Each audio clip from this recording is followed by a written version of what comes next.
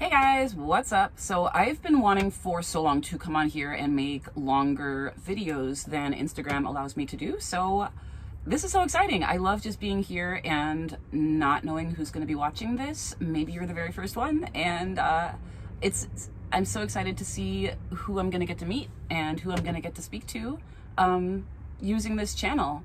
So I realized that I wasn't taking my own advice, because a lot of times when I talk about what it took for me to come out here and start living in a van and start living life differently and prioritizing different things than I've been taught to prioritize, all of that, I always tell people to just start, just get out there and begin. Now, what I tell people if I am speaking to somebody who's interested in living similarly to how I do, this is the van that I call home. This is day 256 that I've been living vehicularly. And what I tell people who might be interested in trying this out is just start, just begin, and that's where you will find out what you need to do next. Like literally the only thing you need to do, you only need to know what's next. You don't have to know the whole plan. So that is how I come to be sitting before you today. I've got my green smoothie, I've got a couple of notes, I've got my greasy hair. It's just time to go. I couldn't wait anymore for conditions to be perfect to start doing this, because there is never the right time. Say that with me again. There is never the right time to start. Just do it. Just start. So what I did was last week, I thought it would be funny to do my semi-weekly cold water plunge in the bay while I talk to you about my finances. Here's how it went. I wanted to come out here and talk a little bit about my earnings journey as a full-time van life person in the freezing water. What are they feeding these seagulls? Cross your fingers. Water, and I don't remember what I had prepared to talk about, and once I'm talking, I don't know what I'm saying, and then when I'm finished, I don't remember what I've said. So at least I'm remembering to put pants on this time before leaving the parking lot. Yeah, I mean, that was fun. I had fun. I laughed. Anyway, I'll probably do it again on a less complex topic, but what I really want to do now is talk about some of the things I've learned through trying to organize my finances while in this kind of lifestyle. Leading up to making the move across the country, we first got the van to a level where I felt comfortable taking her across the country, and by that point we had about a few $1,000s left in savings. Teo was working a warehouse job, and I had my doggy daycare. I crushed it. I had like 8.5 months without a day off. I did that to myself because I just really wanted to make this happen. And so we got here in San Diego about a month ago, and I've been here looking at jobs very casually, and I'm going to tell you why.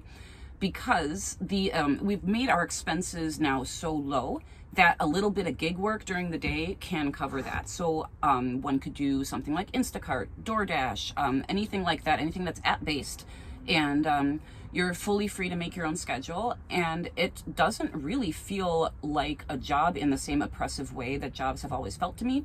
So what I love about this is that I'm free to explore employment opportunities and only take the ones that align with my long-term goals, because my day-to-day is covered. The freedom to choose employment opportunities that resonate with you is a freedom that is so unmatched, and I'm so grateful to gig work for allowing me to do that. And I want to talk a little bit about what feels aligned to me. Now, this is going to look differently for everybody, but when I'm looking through Indeed or just any job postings, what I look for is first temporary. I don't want to be that person who's in the interview. I don't want to bullshit people. I don't want to be in the interview talking about how much I want to grow with your company and how much I want to be here 5 years from now. I don't want that, and you probably don't want to hire someone who's going to bullshit you.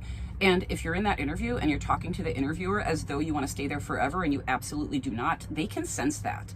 And I've been in these interviews recently over the last month, and I've been to several interviews that didn't feel right because they weren't right. It was not the right job for me. And the person interviewing me probably could tell that I was not the right candidate for them. They're interviewing you, but you're also interviewing them. They're also auditioning for you.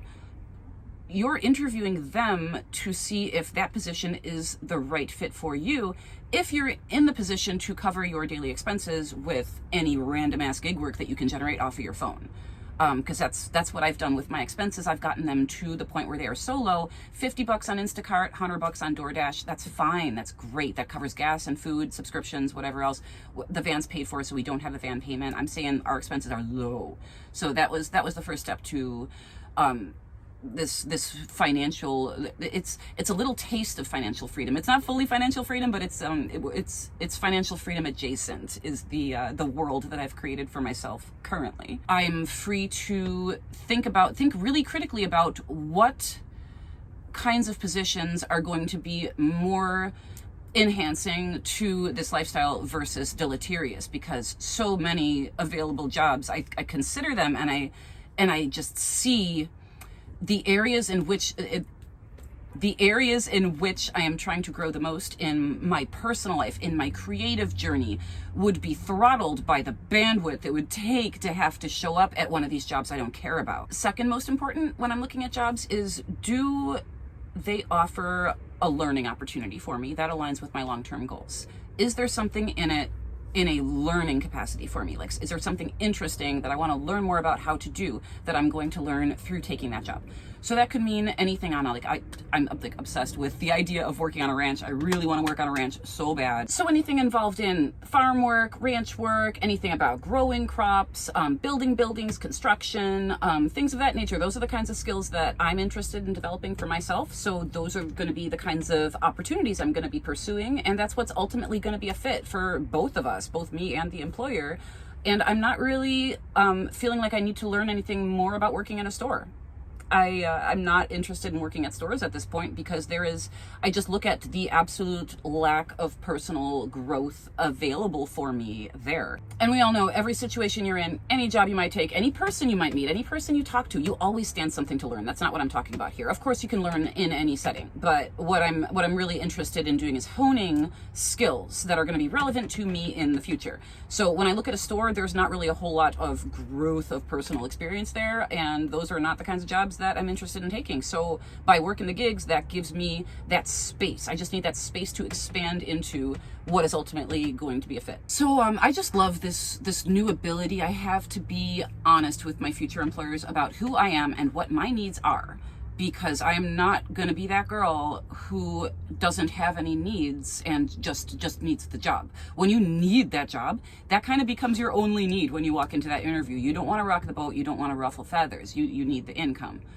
But when you're in a place where you have no rent, no bills, no car payment, and there is a wealth of app-based gig opportunities on your phone, you can build a real relationship with a new employer. They can understand who you are and what you stand to gain out of the relationship, not just what they stand to gain from you. So I'm absolutely still interviewing. I'm still looking at Indeed. I'm still going on these interviews. I think interviewing's great practice for a lot of skills that I need in my life anyway, and I'm never going to shut down the idea of an opportunity before I see what is involved in that opportunity. Like the other day I went to an open call for this amusement park because I thought it would be hilarious to be a carny.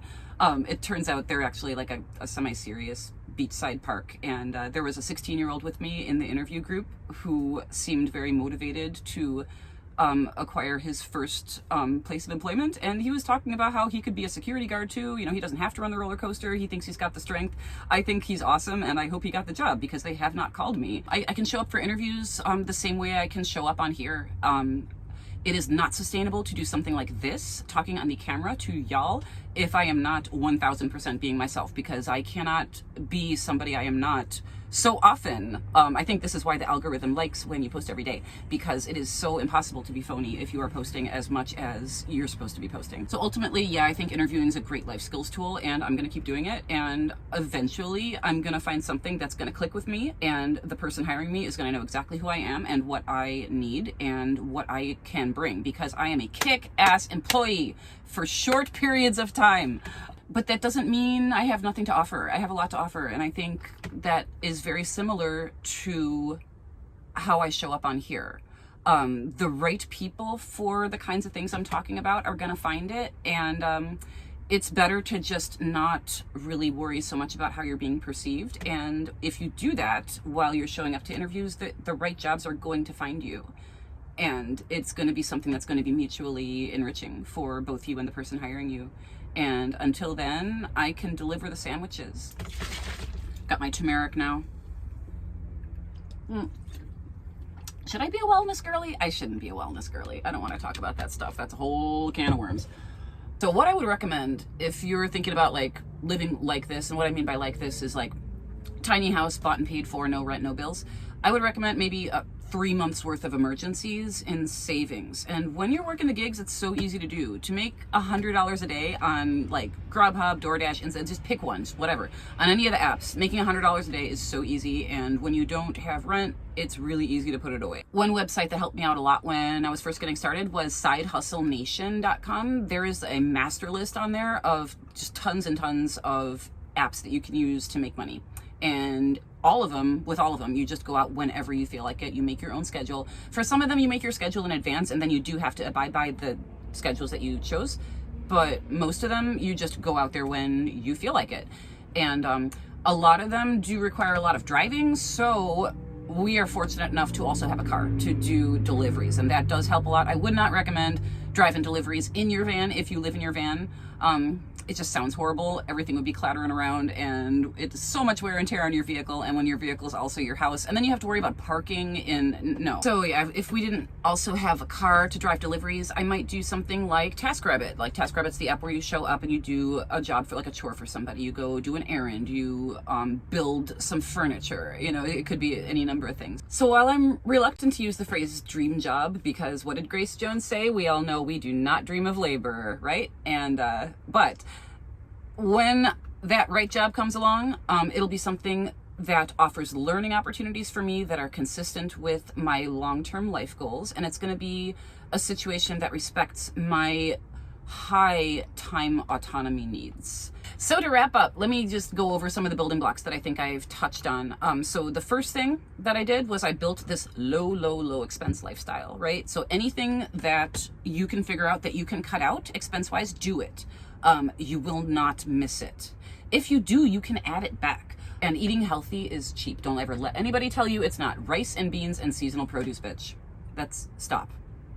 It's cheap. And I'm gonna make another video about my grocery shopping workflow. It's a little bit of a process, but it's an order of shopping that results in saving much more money. And I'll talk about that in the future. Shop secondhand, learn to fix things instead of buying new. There's any number of ways you can reduce your expenses. Just like you gotta get creative and get in there, really break down what you're spending and where, and figure out what you can eliminate. And so after building that low expense lifestyle, then it's time to figure out how much you're going to need for a buffer, like a safety zone area of money that you're going to want to have on savings. I like to have a few thousand. It's probably like a few months worth of expenses in case something goes horribly wrong.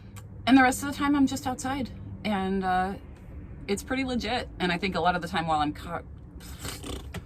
might come as no surprise, not being embarrassed is a major player in saving money too, because I am not shy to put back items on my grocery cart. Just yesterday, I grabbed some tortilla chips that I thought were $3. It turns out you need the membership card, and they rang up as $6. What I do, I called the lady over at the self-checkout and I said, "Excuse me, could you please take this off? I didn't realize this would be $6. And she was like, "Bitch, I would not have paid that either, the price of chips."